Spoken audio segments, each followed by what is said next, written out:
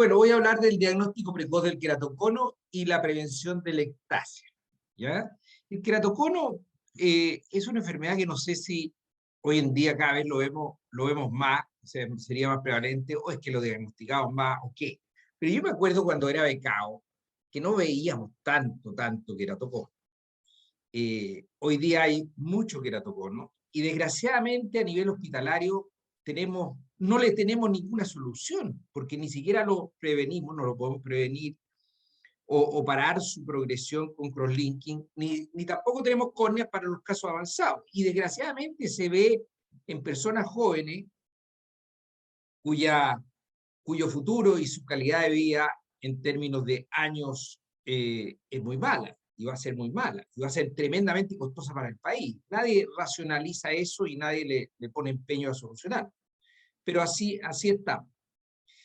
Bueno, ¿cuál es la importancia de su diagnóstico precoz? De que hay que detectar la importancia del diagnóstico precoz, ¿cierto? Para detectar a tiempo el queratocono. A tiempo significa en este estado en que la visión del paciente todavía es 20/20, el astigmatismo es mínimo y obviamente no es regular, y aquí detener su progresión. Aquí el queratocono es relativamente precoz, que no compromete la pupila, como ustedes ven, el centro de la pupila, y por lo tanto, a este nivel deberíamos detectarlo.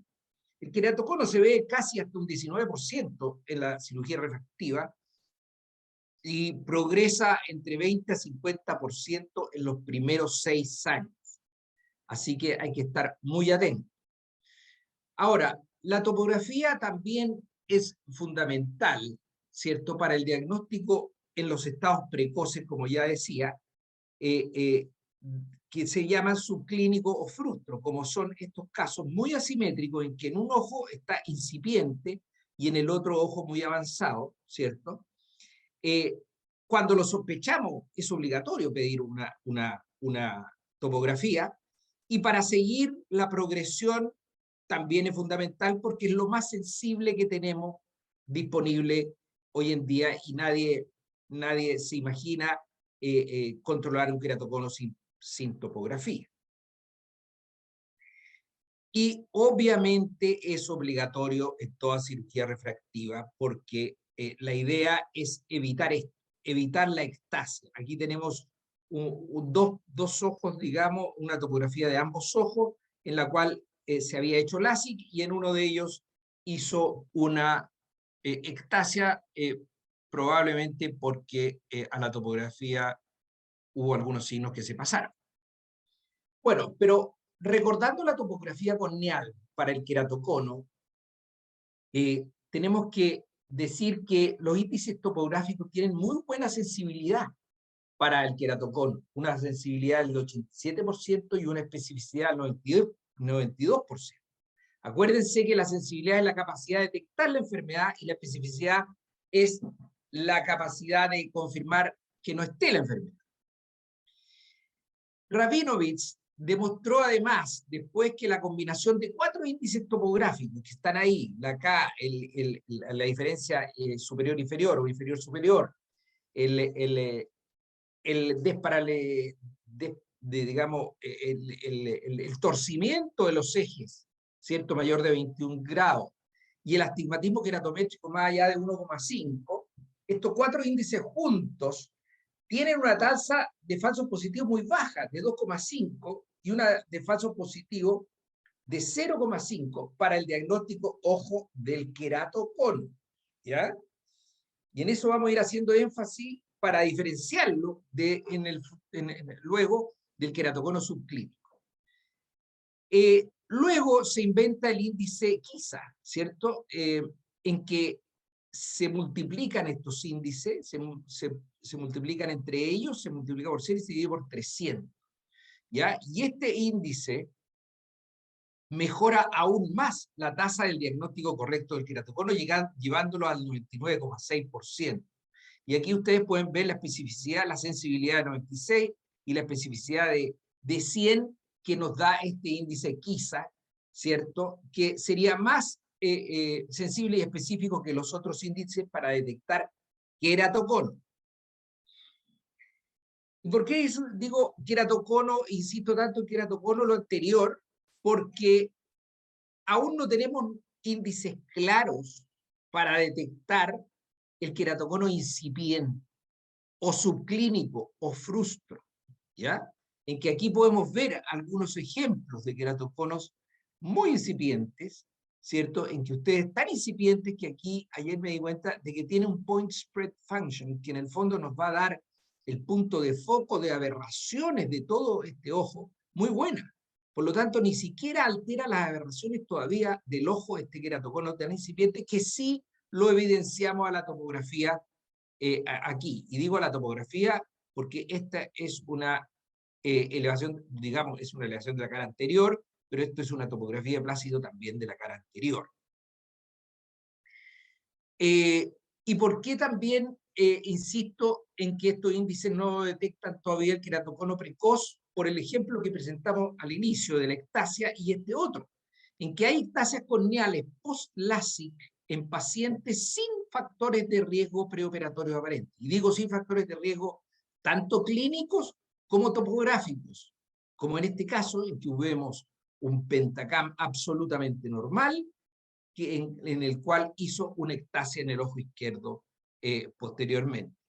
Incluso hay una serie, bueno, hay una serie de literatura que ya ha reportado este tipo de casos, incluso aplicando el ectasia Risk Score System de Randleman, ¿cierto? Que fue muy famoso. Entonces, ¿qué hacemos? Entonces salió el ORBSCAN y el Pentacam para el diagnóstico precoz. Aparentemente era la solución, ¿cierto? ¿Por qué? Porque la tomografía de Schindler no agrega la elevación anterior y posterior, no solamente la anterior, sino que la posterior. Nos da un mapa corneal paquimétrico y nos da el perfil de grosor y volumen corneal, ¿ya? Pero, ¿será la panacea? Aquí, hace poco tiempo atrás, un par de meses diría yo ya, vimos me llegó a la consulta este médico de 33 años con que usaba menos 1,5 esférico y menos 1,50 esférico, visión 20/20 en ambos ojos, y venía a operarse para sacarse los anteojos, ¿cierto? De láser. Y yo le tomo la tomografía y sale esto. O sea, otro ejemplo más, muy claro, de que tiene muy buena visión. Aquí abajo ustedes pueden ver la refracción apenas, que tiene menos 1,50, 75, etcétera, etcétera, con un astigmatismo mínimo. Muy buenas aberraciones, ¿cierto? Y al Pentacam absolutamente normal todo lo que se refiere la cara posterior y el análisis de Belén Ambrosio. Todos los índices topográficos y tomográficos del Pentacam no nos agregaron nada, absolutamente nada. Y aquí tenemos la topografía anterior del Pentacam, algo también alterada. Este es el ojo derecho y el ojo izquierdo lo mismo. Absolutamente limpio el Pentacam. Por lo tanto, los valores de los índices que teníamos anteriores son para el queratocono. Y aquí vemos el análisis del OPD ante este queratocono que nos dice un 99% posibilidad de queratocono. Es obvio, nosotros lo estamos viendo, ¿cierto? Pero aquí nos da, y aquí podemos ver todos los índices, una cantidad de índices rojos al OPD. ¿Pero por qué nos da rojo? Porque son para queratocono. O sea, son suficientemente sensibles cuando ya está muy avanzado. Y aquí lo mismo para la tomografía del Pentacam. Nos da todos los índices rojos, pero es muy evidente el queratocono, y por eso que nos da todos los índices rojos. Pero no tiene la especificidad, ninguno de estos índices, ni la sensibilidad adecuada para el diagnóstico del queratocono subclínico. En cada índice, si vemos las desviaciones estándar en cuanto a lo normal y lo anormal, en que lo anormal es el queratocono, es decir, los valores queratocónicos, vemos una tremenda superposición en las desviaciones estándar, en casi todos los índices. Y por eso tenemos tantos falsos negativos y tantos falsos positivos que no permiten por sí solos, ¿cierto?, distinguir el queratocono subclínico, ya que no nos va a distinguir el ojo normal del ojo que tiene un queratocono muy, muy incipiente. Además, está un poco sesgado el análisis del Scheimpflug, del Pentacam, porque la mayoría de los estudios de queratocono subclínico están basados en casos diagnósticos con criterios de inclusión a la tomografía de Scheimpflug. Prácticamente todos los estudios que existen son con tomografía de Scheimpflug. Y depende del criterio de inclusión, qué es lo que es anormal. Porque si incluimos a pacientes con la tomografía anterior normal al OPD, es totalmente distinto que si incluimos este grupo de pacientes con tomografía posterior normal al Pentacam. Y eso es lo que hicimos nosotros, vamos a ver luego. Por lo tanto, su interpretación es compleja y sigue en gran parte basada en la experiencia personal al mirar, bueno, obviamente el paciente y sus antecedentes y las topografías o tomografías muy incipientes, ¿cierto? Aquí, como vemos, nuevamente un queratocono muy, muy asimétrico, en que el ojo derecho se evidencia algo ahí, pero al Pentacam y a la tomografía de Scheimpflug no hay nada. Y por lo tanto aquí, si hacemos un estudio con solo pacientes con Pentacam normal, no vamos a incluir a los queratoconos subclínicos que habrían aparecido a la OPD, al OPD, o sea, a la tomografía de plástico. Y por eso que hicimos este estudio nosotros, que hace poco se publicó, con el objetivo de evaluar los parámetros precoces de queratocono mediante OPD y Pentacam, diferenciando los ojos mínimamente afectados en una serie de casos con pacientes con queratocono muy asimétrico, como los que les he mostrado. Y esto los comparamos, o sea, el queratocono muy incipiente de los queratoconos altamente asimétricos lo comparamos con un grupo de ojos normales.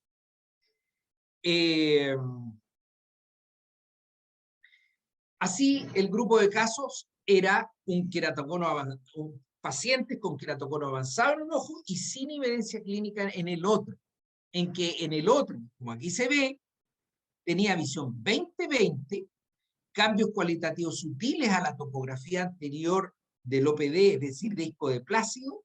Ese fue el criterio de inclusión, pero con Pentacam normales, mapa diferencial de elevación anterior y posterior normal, y Bellin-Ambrosio normal, como se ve en estos dos ejemplos, que son claros.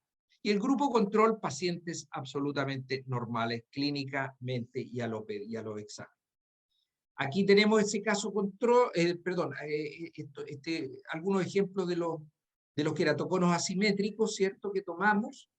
Aquí hay otro ejemplo muy claro. Este es el ojo derecho al OPD y el ojo izquierdo, en que se insinúa una degeneración pelúcida en este ojo, y al Pentacam absolutamente normal, como podemos ver acá. Todos los índices normales. Bueno, se evaluó sexo, edad y 27 índices del Pentacam y 22 índices del OPD. ¿Ya? Entonces se compararon estos con estos 27 índices del Pentacam y los 22 índices del OPD de estos pacientes de queratocono asimétrico, se compararon con los mismos índices de pacientes de un grupo de pacientes normales, absolutamente normales. Y bueno, aquí está el análisis estadístico que fue hecho por 2 y 3, diría yo, estadísticos, porque fue muy analizado qué es lo que debía hacerse. Las muestras independientes se hicieron con prueba de student, ¿cierto?, en que se hizo un análisis de univariante y multivariante. El rendimiento diagnóstico individual de los parámetros de OPD y Pentacam se calculó utilizando las curvas ROC, que en el fondo nos van a dar la calidad del examen diagnóstico, ¿cierto? Con el área bajo la curva, que es el AUC, y con sus correspondientes intervalos de confianza. Se trataron de definir los valores de corte, o sea, desde dónde están normales y son anormales, el cut-off que se llama, para cada variable, dados por ese índice de Youden, y se hizo también, como decía, el análisis multivariante mediante regresión logística para todas las variables de ambos equipos. Y el nivel de significación, como siempre, se fijó en 5% con un intervalo de confianza del 95%. Tenemos que recordar que la precisión de una prueba de diagnóstico de las curvas ROC se clasifica en excelente, bueno, bueno, muy bueno, etcétera, etcétera, de acuerdo al valor.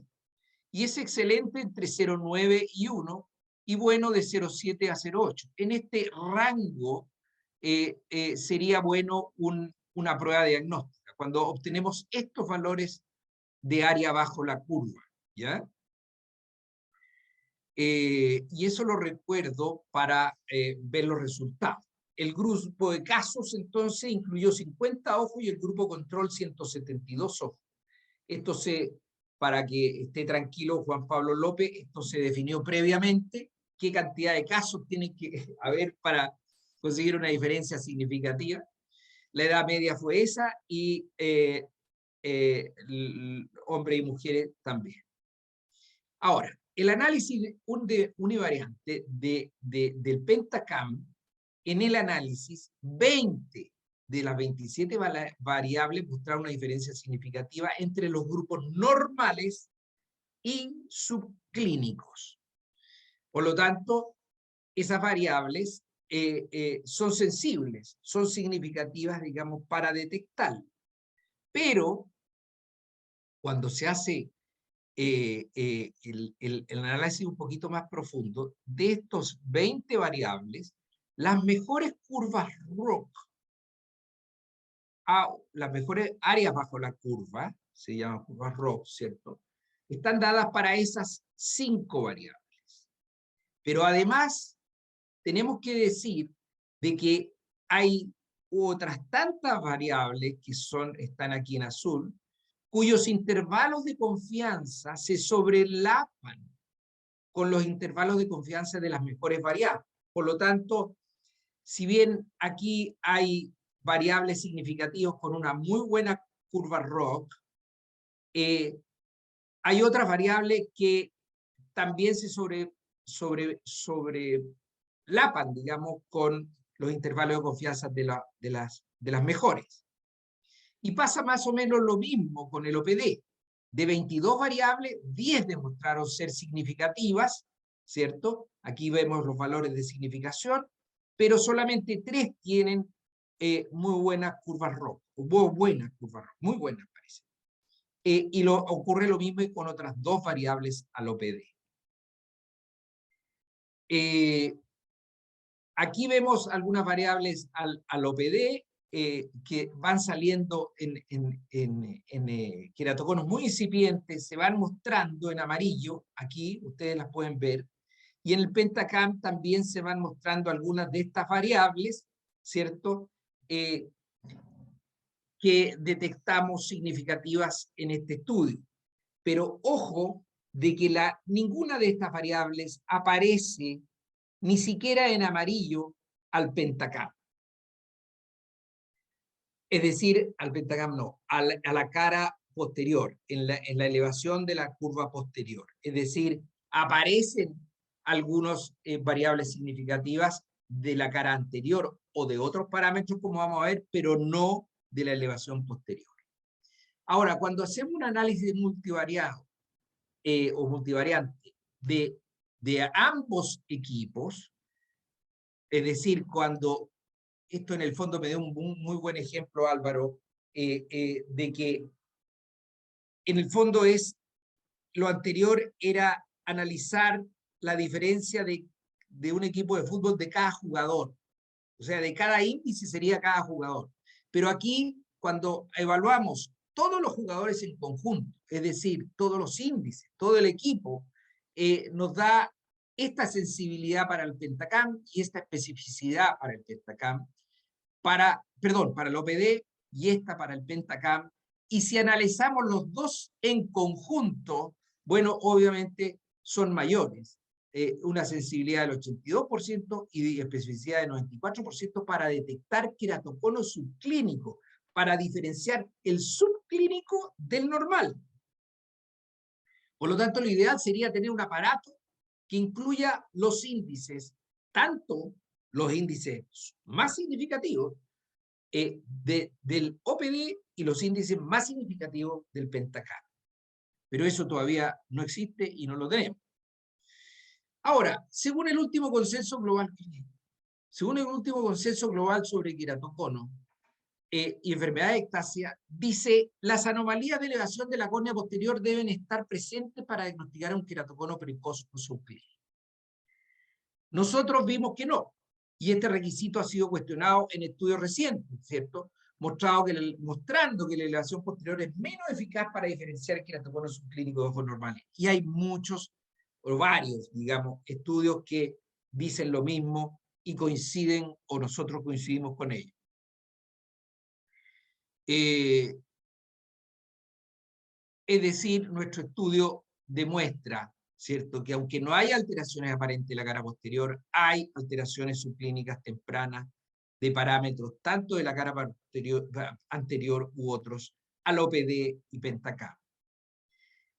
Además, y esto es muy importante, la elevación de los índices de elevación posterior fueron los parámetros menos útiles. Y los tres parámetros con mayor curva ROC en Pentacam fueron esos que son variables de elevación anterior.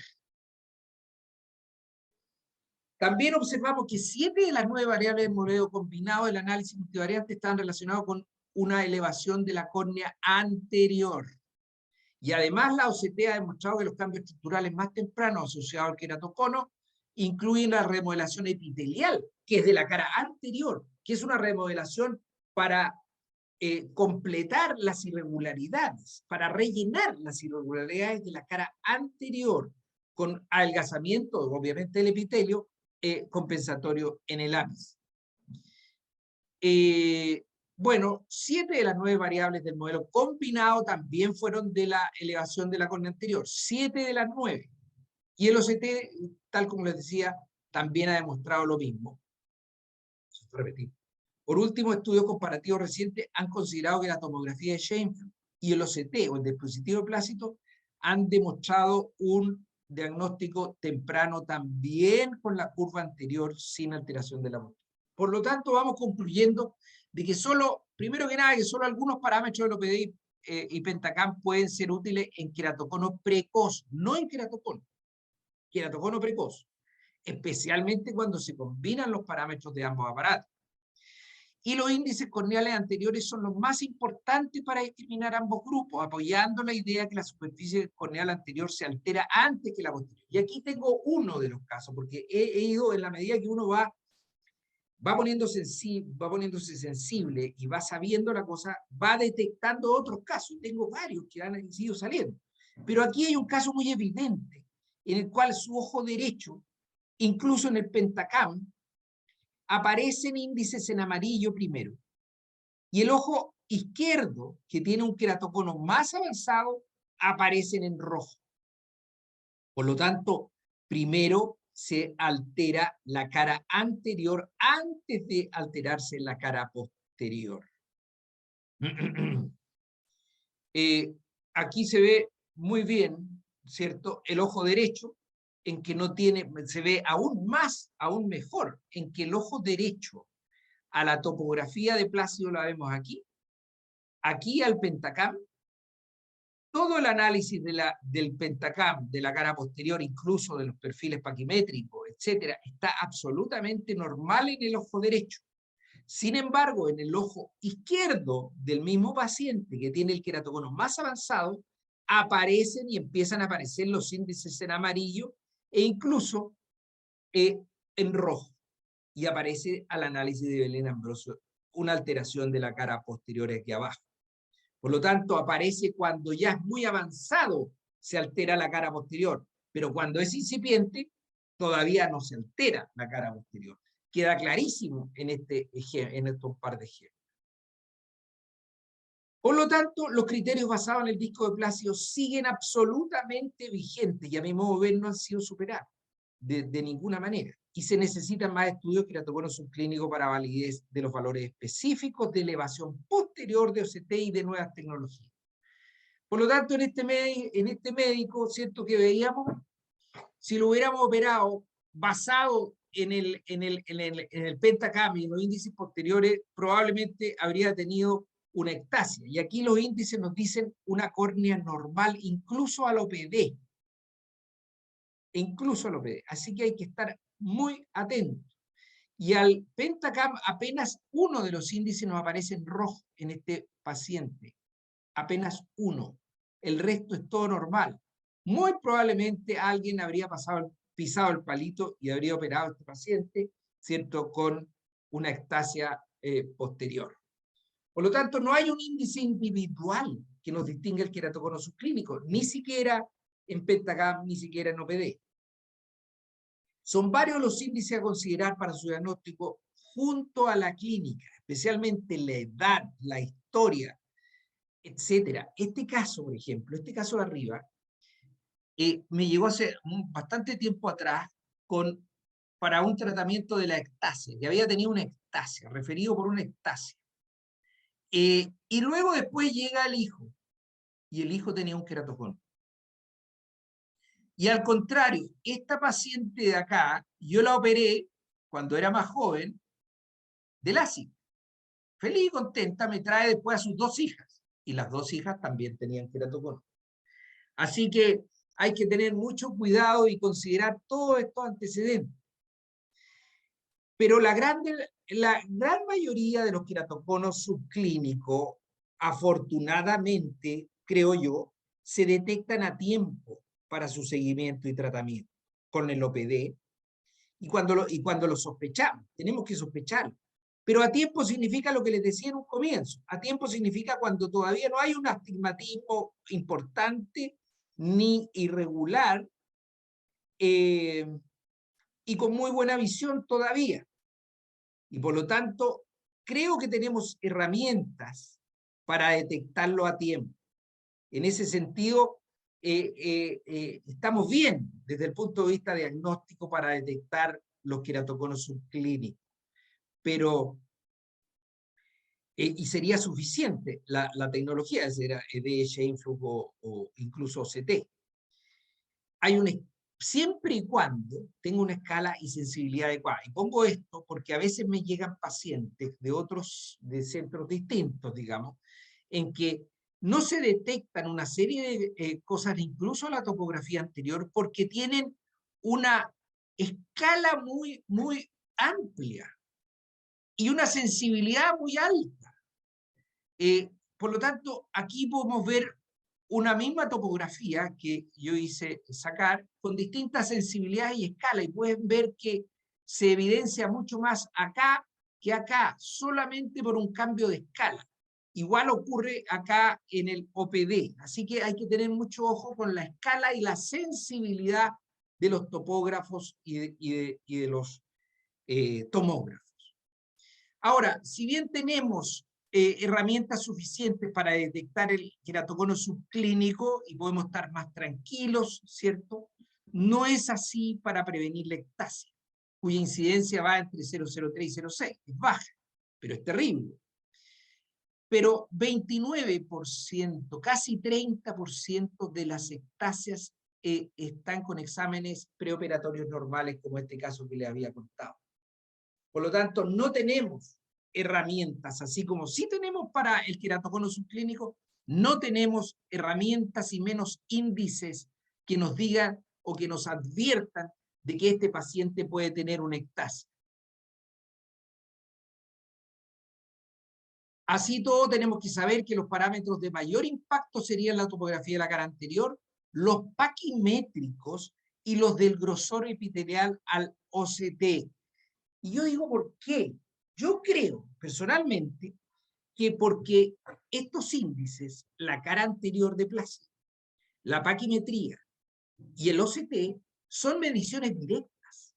O sea, no tenemos que pasar por un proceso de validación de estas mediciones comparados con un grupo que no está bien definido o que está heterogéneamente definido entre los distintos autores y que nos va a dar un índice muy arbitrario al final. Pero estos índices paquimétricos de la cara anterior y del OCT son directos, lo estamos midiendo directo. Y por lo tanto, esos hay que fijarse y esos serían los más sensibles. Y ante la duda hay que pedir ambos, ver los parámetros en ambos equipos. Todavía no tenemos un equipo con todo eso. Eso sería. Muchas gracias. Aquí les muestro y los dejo con estos